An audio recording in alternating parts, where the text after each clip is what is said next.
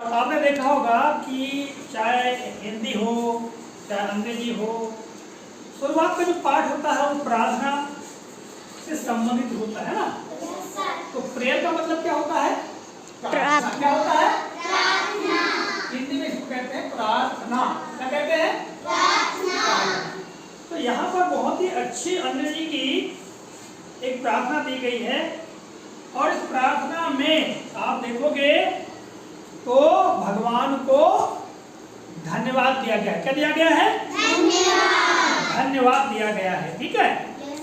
हाँ, तो अब ये प्रार्थना को हमको गाना मान लो, तो गाने के लिए हम लोग क्या जरूरी है कि आपको इसका अभ्यास होना चाहिए। क्या होना चाहिए? अभ्यास। तो आप सब लोग खड़े हो जाइए जरा, है ना। एक गोले में खड़े हो जाइए बेटा, गोले में ना ऐसा पुस्तक को रख दो, पुस्तक को रख दो, है ना। बहुत बढ़िया, गोले में आ जाइए बस। ठीक है, इधर गोले में जाओ ऐसे। और देखो हम पहले आपको दोहराएंगे, फिर आपको फिर उस बात में हमारे पीछे बोलना है। ठीक है? Yes sir. पहले हम बोलेंगे, इस बात में आपको बोलना है। For grass and flower and growing trees. जैसा हम जैसा कर रहे हैं वैसा आपको करना है। ठीक है? फॉर ग्रास, ग्रास यानी होता है घास। ग्रास यानी घास कहाँ होती है? जमीन में होती है, इसलिए हम कह रहे हैं फॉर ग्रास, है ना। फ्लावर फूल ऐसे होते हैं ना। Yes sir. For grass and flower and growing trees यानी ऊंचे ऊंचे पेड़। ग्रोइंग ट्रीज यानी ऊंचे पेड़, है ना। हाँ, तो for grass and flower and growing trees. Grass and flower and growing trees. For birds, देखो अब देखो बोलिए मेरे पीछे। For birds. बर्ड्स उड़ते कि नहीं उड़ते? Yes sir. तो ऐसे संकेत दर्शाएंगे कि for birds and butterflies. Butterfly यानी तितली, है ना। For birds and butterflies and bees. चलो मेरे पीछे बोलना है। For birds, for birds and butterflies and bees. ठीक है?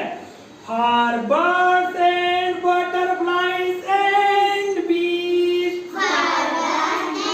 Butterflies and bees. देखो फिर आगे क्या है? For our father and our mother. हाँ, फिर आगे है for our sisters. For our sisters and our brothers. And our brothers. We thank you God. Thank you God.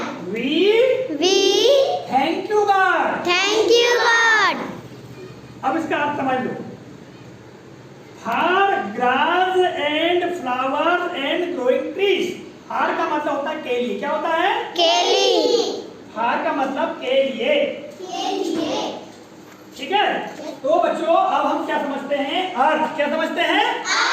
अर्थ इस कविता की पहले स्टेंजा मतलब पद का। स्टेंजा मतलब पद। इस पहले पद का अर्थ समझते हैं। तो फार का मतलब होता है के लिए। क्या होता है? के लिए। फार का मतलब के लिए, है ना। ग्रास यानी घास। ग्रास यानी घास, तो घास के लिए, है ना। एंड फ्लावर, एंड यानी और, फ्लावर यानी फूल। फ्लावर यानी तो घास के लिए और फूल के लिए। एंड ग्रोइंग ट्रीज और ऊंचे ऊंचे पेड़। ग्रोइंग का मतलब ऊंचे उगे हुए पेड़। ट्रीज का मतलब पेड़, तो ऊंचे ऊंचे पेड़। हाँ, ऊंचे ऊंचे पेड़ों के लिए। फॉर बर्ड्स यानी पक्षियों के लिए। बर्ड यानी पक्षी, है ना। बर्ड यानी पक्षियों के लिए। फॉर बर्ड्स यानी पक्षियों के लिए। एंड बटरफ्लाइज तितली और तितलियों के लिए। एंड बीज यानी मधुमक्खियों के लिए। नमक की क्या बनाती हैं? हनी बनाती, शहद बनाती है। हनी को मतलब अंग्रेजी में शहद को हनी कहते हैं। फिर है और फादर, फादर का मतलब पिता। हमारे पिताओं के लिए, हमारे पिताओं के लिए, हमारी माताओं के लिए फादर और मदर्स। देखो फादर और फादर एंड और मदर्स, है ना? हमारे पिताओं के लिए, हमारी माताओं के लिए, फादर और सिस्टर यानी हमारी बहनों के लिए, सिस्टर यानी बहन, हमारी बहनों के लिए फादर और ब्रदर, फादर और सिस्टर्स एंड और ब्रदर, और हमारे भाइयों के लिए we thank you God, we thank you God. हे भगवान हम आपका धन्यवाद करते हैं। हे भगवान हम आपका धन्यवाद करते हैं। काय के धन्यवाद करते हैं? घास के लिए, है ना? हरी हरी घास के लिए, फूलों के लिए, ऊंचे उगे पेड़ों के लिए, है ना?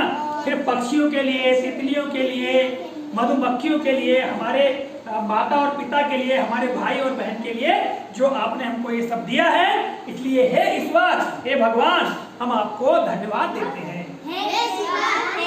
वी यानी हम, थैंक यू यानी आपको धन्यवाद देते हैं। We thank you God, God यानी भगवान, यानी भगवान हम आपको धन्यवाद देते हैं। फिर आगे क्या है? फार होम, फार होम, ये होम बना हुआ कि नहीं बना हुआ है? Yes, sir. होम है ना? For home and all love that's there, love that's there। अभी क्या समझाएंगे हमें? For home and all love that's there, love that's there, है ना? For home and all love that's there, हाँ। For food we eat, for food we eat, है ना? and clothes we wear, and clothes we wear, far books to read, far books to read, and songs to sing, songs to sing, हाँ। फार playmates